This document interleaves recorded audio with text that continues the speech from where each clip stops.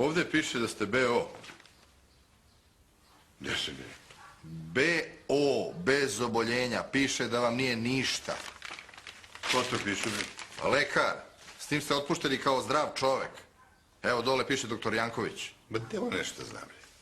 A doktori ne znaju? Ma nemaju pojma, bre. Gdje ćete jesti? Stavi tu.